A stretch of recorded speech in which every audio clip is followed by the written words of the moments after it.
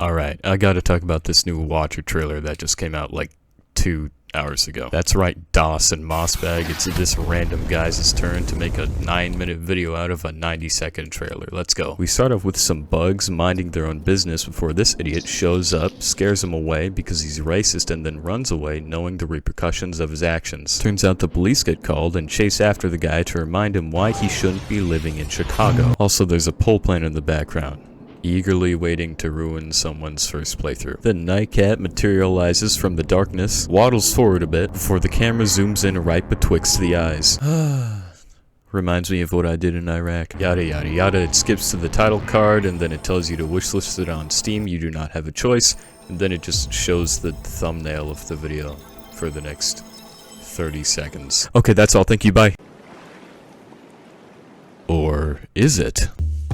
You see, by going to the Steam page like it told you to, there are a few screenshots to look at, along with a description that is very interesting. Let's take a look at the images first though, because these are more important. Speaking of Iraq, this first one is clearly a desert. It is very sandy, in fact, so sandy that there are literal dunes here. How we made it to the Sahara Desert, I don't think we'll ever know. With this, I wouldn't be surprised if there was some kind of heat mechanic to make sure that you don't die of heat stroke, which will actually come up later in one of the other images too. Plus there's cacti, if you would like those. With the color palette of this one, it's hard not to see how similar it is to Outskirts or Bitter Airy. But because of those same colors and the fact that most of these regions look completely different from the vanilla ones, I'm going to have to guess this is the one that you start in, or is at least the one that's showcased in the actual video trailer. I don't know. Looks kind of cold. It's a little foggy. Hey, at least there's free shrooms on the ground though. This next one is actually pretty interesting, not only because of what it looks like, but also what it is. Apparently, according to everybody else, this is literally just a fan-made region called Coral Caves, which is pretty cool actually, but it does explain how they are able to come out with this only 1 year after Downpour. Other than that though, it looks pretty cool. I don't know why it's so blue. Be underwater? I don't know what's up with that. If you've played Coral Caves, then this probably makes a lot more sense. But also, it's a little confusing because weren't we just looking at a desert? How do these two fit in with each other exactly? With this one, we're going to run into the exact same problem as before. But before we get to that, let's just take a look at it. It is very snowy, and with the amount of snow, you might assume that this campaign might take place after Saint. Plus, with the general color palette and the amount of fog, it's not unreasonable to assume that this image and that image are a part of the same region. Plus, that snow looks cool. Like, look at it. It's cool. But with that amount of snow, it wouldn't be surprising to see the Saints' warmth mechanic make an appearance here. Along with that desert region, you could assume that you can't get too cold, but you also can't get too hot. So have a good time with that if it comes to be true. But now I have to ask the same question again. If we just looked at a massive desert, or maybe it was massive, I don't know. How does this fit in the same general area as that? It simply just doesn't make any sense. This next one I don't have much to commentate on, mostly because there's just not a lot here. But when I first saw it, I thought, why is it so pink? And you probably thought the same thing too. Seriously, nothing in real life looks like this.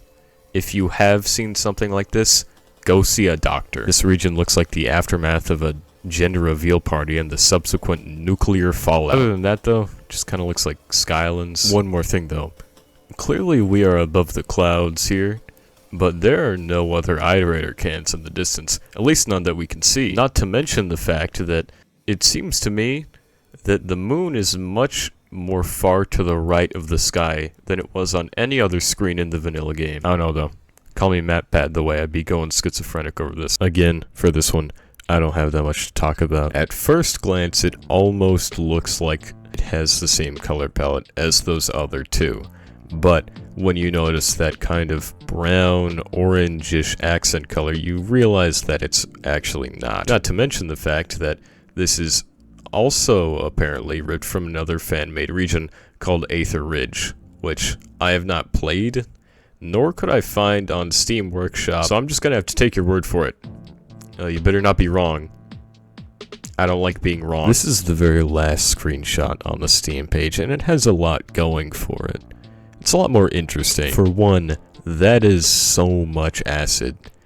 And I am praying that that is not acid, but I think you and me both know that it is. I don't know, maybe there's just a bunch of moss here. Turning the water green, turning the frog sky.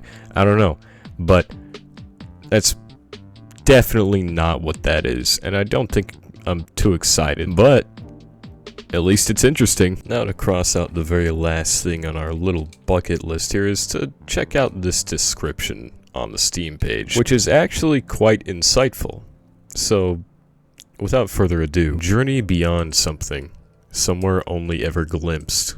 When the world beneath your feet cracks and crumbles, will you hold on to all you once knew, or dive into the unknown? The wilds that await will be unlike all that's come before. Unknown creatures stalk and climb and dive and hunt.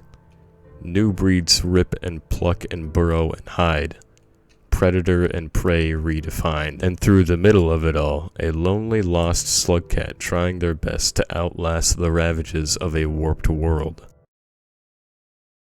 Now, I don't know about you, but that kind of sounded like a bunch of mumbly-jumbly at first. But remember, this is Video Cult that we're talking about. These people get high when they write the lore for these things, so you know that every word counts. First of all, this first sentence is pretty heavily referencing the void. Somewhere only ever glimpsed is pretty clearly referencing that. The second part of this paragraph, though, is a little bit more vague. When the world beneath your feet cracks and crumbles, this is basically referencing this mythology almost that I'm pretty sure most people don't even know about in Rain World, where basically the Void Sea is eating the world from the bottom up. This is seen in the Saint campaign, where when you try to go to the depths, it's not even there. This middle line here, though, is basically just saying in fancy words that it's gonna be different from the base game, which I totally couldn't infer from the fact that I'm paying money for it. And this bottom paragraph here is basically just saying that there are gonna be new creatures, which you would assume, but it's nice that they cleared it up anyways. With the focus on the void in the description here, I think it's pretty clear that it's going to play a big role within this DLC. This, along with the massive amounts of sand and snow in these screenshots, and not even just like a little bit, but so much that the structures almost look buried beneath hundreds of feet of it. I think this happens much later after the Saints timeline. This would also give an explanation as to how there would be so many different types of creatures. Maybe they've evolved. Really, I'm just spitballing ideas off the dome, but I think you can't really deny that. Oh no, this got way too serious over the course of the video. I'm gonna end the video now, but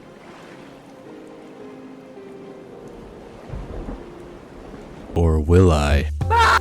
Yeah, that's right. I just used the same trick twice in a row. What are you gonna do about it? Trust me, there is so much more to talk about. We've barely scratched the surface. In fact, during my first analysis of the video, I left out a few couple things on purpose. And this is the part where I get to go back and rant about them like a dementia patient. In fact, do you notice anything off about this shot?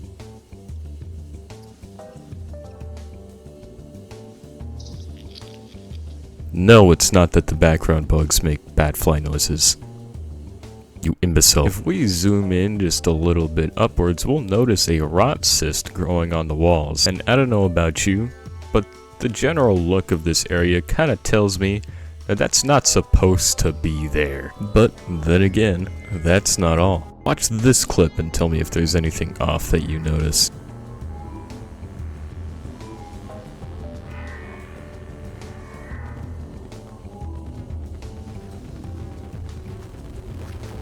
Take note of the way that the screen transitions from black to white. Does that not look almost a little bit rot-like? Maybe a little bit cancerous? Basically what I'm trying to point out is that very subtly they've put in these references to the rot. And this is also apparent in just the title of the DLC. Look how one of the letters is kind of being taken over by it. What this tells me is that the rot is going to be pretty prevalent here, which, I'll be honest, I don't think I really like. It just simply wasn't fun to deal with or fight or maneuver around. So I'm hoping that they'll maybe find some other way to make it more interesting or make more sense, but as it stands, I don't really like this suggestion. And you know how I was talking about the whole void sea thing earlier and how it's probably going to be pretty prevalent too? Well, just by looking at the thumbnail here, you can pretty clearly see that this is supposed to be void fluid. It's black, and if you zoom in on some certain parts, it kind of almost looks gilded in gold, which, if you've ever played the game before, which I hope you have, is kind of the whole vibe of the void sea. It's really just the color scheme of it, just the whole impression that you get. You know, that semblance, that sensation, and that's on game. But there's one last thing. For real. No more tricks. One last thing. If we just take a little bit of a closer look on the slug cat in the middle, what do you notice? Does it look familiar?